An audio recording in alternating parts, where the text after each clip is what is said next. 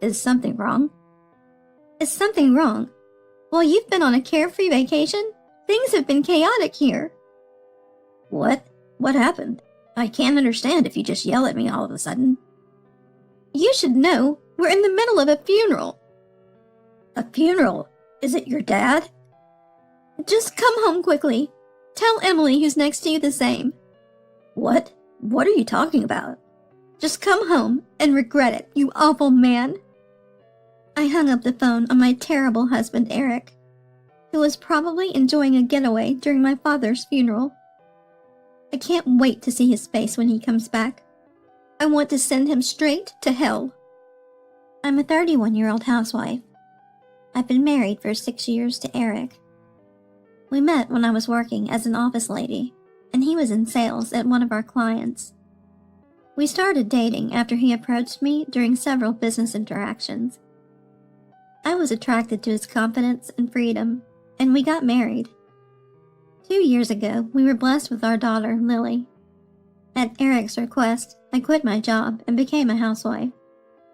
Unfortunately, we lived quite a distance from my parents, so they don't get to see their adorable granddaughter often. Lily, who just turned 2, seems to have entered the toddler tantrums phase. She's the perfect example, refusing to do this and that. I'm getting exhausted dealing with Lily, but Eric has completely thrown childcare responsibilities onto me. I bust my ass working to bring home the bacon, so you handle things at home, he says. It turns out his attitude is influenced by his high-handed father. Of course, I'll handle most of the housework and childcare, but I want you to help a bit. Lily deserves to spend time with her dad, too. Do you want to help me with my job? It's not fair if I have to do both. Why do you think you became a housewife? I couldn't entirely disagree with Eric, so I didn't argue further. Lately, he's been coming home late from work, and sometimes doesn't come home on weekends. We've been arguing more, as I'm tired from dealing with Lily's tantrums, and he's exhausted from work. And then there's another source of stress. My sister Emily, who's 2 years older. Hey, how are you? Sorry, but can you look after the kids this weekend? Again? You pushed them onto me last time. I'm not your personal babysitter. Come on, I took care of you a lot when we were younger. Consider it a thank you. Once in a while is fine, but not multiple times a month. I need a break too. Well, you're a housewife. You'll be fine. Don't complain too much or Eric will get mad. See you this weekend. And so she railroaded me again. I always end up taking care of my 3-year-old nephew, Ken, who is innocent in all this. Emily doesn't seem to be getting along with her husband, and since their divorce last year, she's been raising their child alone. Well, more like I've been raising him half the time, because she often leaves him with me over the weekends. And now it's Friday morning, the day before I have to take care of Emily's child. Though I've gotten used to it, Lily and Ken often fight, as they don't get along well. I was eating breakfast, feeling a bit down, when I asked Eric for some advice. Hey, Emily asked me to watch her kids for 2 days starting tomorrow. Mind taking them somewhere fun? I'm worried Lily and Ken might fight if we just stay home. Huh? Didn't I tell you? I'm going on a trip with my colleagues from work tomorrow. You're gonna have to handle it on your own. What? You never mentioned it. You've been all about work, even on your days off. Spend some time with Lily for once. I told you, it's a work thing. Besides, I've said before that I'm leaving home matters to you. Stop making me repeat myself. And with that, Eric left for work, visibly irritated. I felt like I was doing all the parenting by myself, and found myself holding back tears. I thought, it's like I'm a single parent. While I was busy with household chores, the doorbell rang. Sorry for the last-minute request, but could you watch the kids starting today? Wow, really? We agreed on tomorrow, Emily. You can't just change plans like that. Plans changed? It's now 3 days instead of 2. You're a stay-at-home mom. You can handle it, right? Emily, The way you're saying that makes it sound like, Eric won't be around this weekend. How'd you know? Well, I've just heard from you that he's usually busy and not home on weekends. I just assumed it would be the same this time. Gotta run. Wait, Emily! Before I could stop her, Emily was gone. Something felt off about what Emily said, but I was too focused on taking care of the kids to think more about it. Luckily, Lily and Ken played nicely without biting. Just when I thought I could get through these 3 days, I got a call from Mom. It's a call from Mom. I answered the phone, thinking it was unusual. Hello, Mom. What's up? Listen carefully. I just got a call from the police. Dad's been in an accident. I'm heading to the hospital now. You should come too. What? Dad's in an accident? Is he okay? Just come as fast as you can. I'll let Emily know. With a growing sense of dread, I quickly got Lily and Ken into the car and headed to the hospital. Upon arrival, Mom led me to where Dad was, and I was shocked. He was unrecognizable, hooked up to multiple tubes. Dad, why? What happened? I understood when I saw Dad. It was a grim situation. I realized why Mom didn't give me details over the phone. She was afraid I'd get into an accident too. The doctor said tonight is critical, but I have faith in Dad, Mom said. Right, I can't let the kids see me break down now. By the way, I couldn't reach Emily. Did she leave her kids with you again? Yes, she pushed me into taking them for 3 days starting today. I wonder what she's up to at a time like this. That's my reckless daughter. She's taking advantage of being a single mom. Oh, I need to call Eric. I completely forgot. Hold on. I dialed Eric's number. Hey, listen carefully. Dad's had an accident. I'm at the hospital now. Could you come home right away? What? How bad is it? Hey, can you come here? I'm not sure about the details yet. I sensed hesitation and concern in Eric's voice, though I didn't disclose that the situation was critical. I was worried he might panic and get into an accident just like Mom did. Oh man, I'm already on vacation. It was supposed to be tomorrow, but my colleagues got the afternoon off, so we left. I'll buy new clothes here. What? Seriously? You could have told me. Just come back. It's not a big deal, right?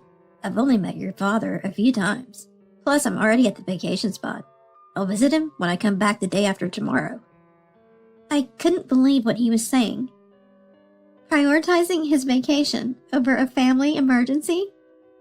I had kept the critical condition a secret, as not to worry Eric, and this was the result. I was just more than disappointed. I felt a murderous rage. Just as I was about to tell him how critical the situation was, I heard a faint female voice on the other end of the line. Hey, what are you doing? Let's go. That's when I realized Eric was not on a last-minute trip with a colleague. He was having an affair. I was beyond angry. I was cold. Fine, whatever. I responded and hung up. What was I going to tell Mom? The last thing I wanted to do was bring up Eric's awful behavior at a time like this. I decided to just say that I couldn't reach him. Once I had some peace, I would head to the courthouse to file for divorce. Still no word from Emily either. Where was she? What was she doing? Taking care of the kids, it struck me how Emily and Eric seemed more alike than ever. The next day, Dad passed away peacefully.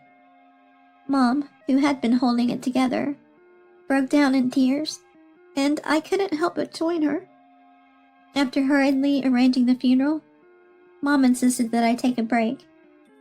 I left the kids at weekend daycare and went to the courthouse to get divorce papers. Still no word from either Eric or Emily. The two of them were eerily similar, but something felt off. Hey, what are you doing? Let's go! The female voice on Eric's phone. I had been focusing on Eric's affair, but the voice was eerily familiar. No way. That's it. Just like Emily. I thought it was impossible, but decided to look up Emily's social media. There it was. Pictures of her looking happy on vacation. One of the photos was of an outside scene.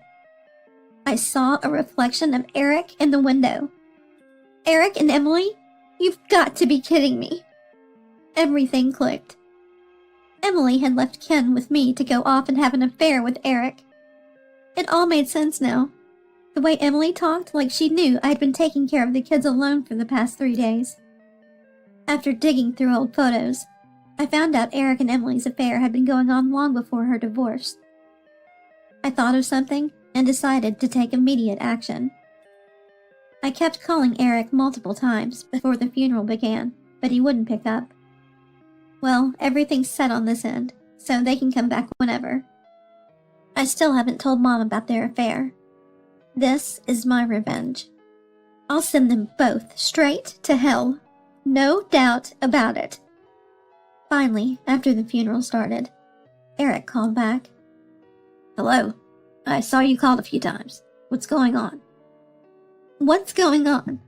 While you've been off enjoying your vacation, things here have been a nightmare. Whoa, calm down. How am I supposed to know what you're talking about? You know exactly what I'm talking about. I'm at a funeral. A funeral? Is it father-in-law? Just get back here and tell Emily who's next to you the same. What's this about? Come home and find out. You'll regret it, you awful man. They're probably both panicking right now. I wonder what kind of face they'll make when they get back. Despite being at Dad's funeral, I couldn't concentrate at all. And then, 3 hours later, they came back, both of them together. It's like they're confessing to the affair themselves. Oh, how nice. The two of you came back together. Cheating while Dad was in critical condition? Really? What are you talking about? I just happened to run into Emily. We hurried back, you know. Right. I just found out too. I'd never have an affair with your husband. I get that you're upset about Dad, but calm down. They seem to have coordinated their lies beforehand, thinking they could fool everyone. They are the ones who make fun of people all the time. If they had just apologized honestly, things might have been different. I showed decisive evidence in front of Mom and them. Photos.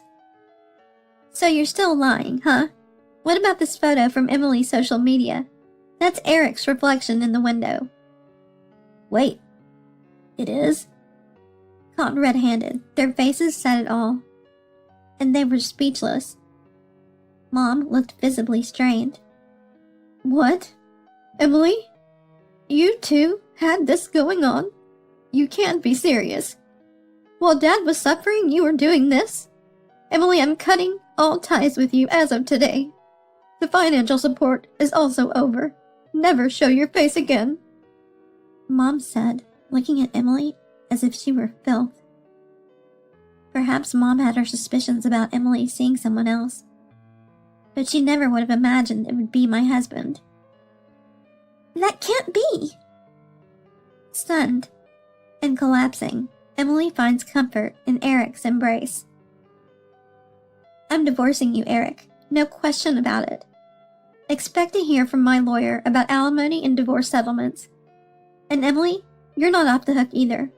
You'll also be hearing from my attorney. Wait, hold on. Divorce settlements? We have young children. This was just a spur-of-the-moment mistake. Can't you forgive us? I promise this was a one-time thing. We won't cheat again or dump the kids on someone else. Please give us another chance. Are you kidding me? I have children too. What I can't forgive is that both of you knew about my father's accident and still prioritized your affair. I can't forgive someone so heartless. And just like that, without paying any attention to my sobbing, I made Eric write up the divorce papers. The divorce was settled. Also, I knew that this wasn't their first offense. They've been having an affair even before Emily's divorce. I chose not to bring it up here. I didn't want to tarnish my dad's funeral any more than it already was. So I'm done here. Now, get lost. With those words, the two of them slinked away, attracting icy stares from everyone around. 2 weeks after my dad's funeral, I let Emily's ex-husband know about the affair. Furious, he said he would demand alimony and reconsider custody through his lawyer. As for Ken, who was blameless, and had helped out numerous times, I was relieved to know he was innocent. Emily will have a tough time. She's facing alimony demands from both me and her ex, and she can't count on my mom's help anymore. She's been cheating while shoving her childcare responsibilities onto others. She had it coming. As for my ex-husband Eric, I've already informed his workplace about the affair. Now he's doing his job amidst cold stares from colleagues.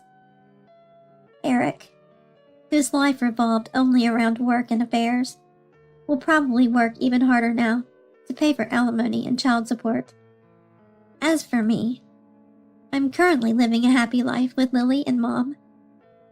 I don't have plans to remarry yet, but it would be nice to meet someone who truly values me and my family.